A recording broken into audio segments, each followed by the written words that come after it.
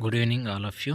ఈరోజు వార్తల్లో నిలిచిన అంశాలు మరియు జాతీయ అంతర్జాతీయ క్రీడా సంబంధించిన విషయాలు తెలుసుకుందాం.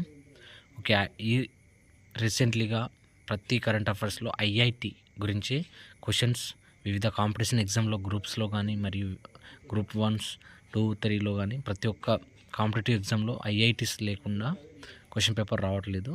ఓకే, ఈరోజు వార్తలు చూసినట్లయితే ఐఐటి హైదరాబాద్ న్యూస్లో రావడం జరిగింది.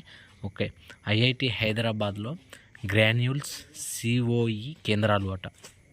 ఓకే, చూద్దాం.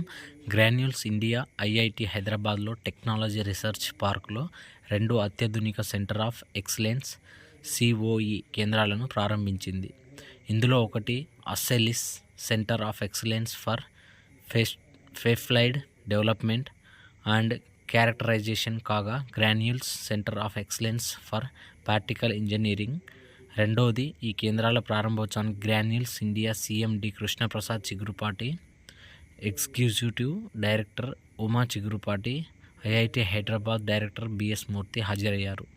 కృష్ణప్రసాద్ మాట్లాడుతూ, సెంటర్ ఆఫ్ ఎక్సలెన్స్ వల్ల ఫేఫ్లైడ్ ఆధునికత, పదార్థ విజ్ఞాన శాస్త్రంలో నైపుణ్యాలను పెంచుకునే అవకాశం కలుగుతుందని అన్నారు.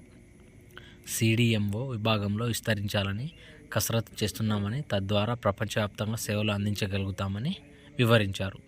ఈ విధంగా ఐఐటి హైదరాబాద్ ఈరోజు న్యూస్లో రావడం జరిగింది. Okay, thank you all of you. జై హింద్, జై భారత్.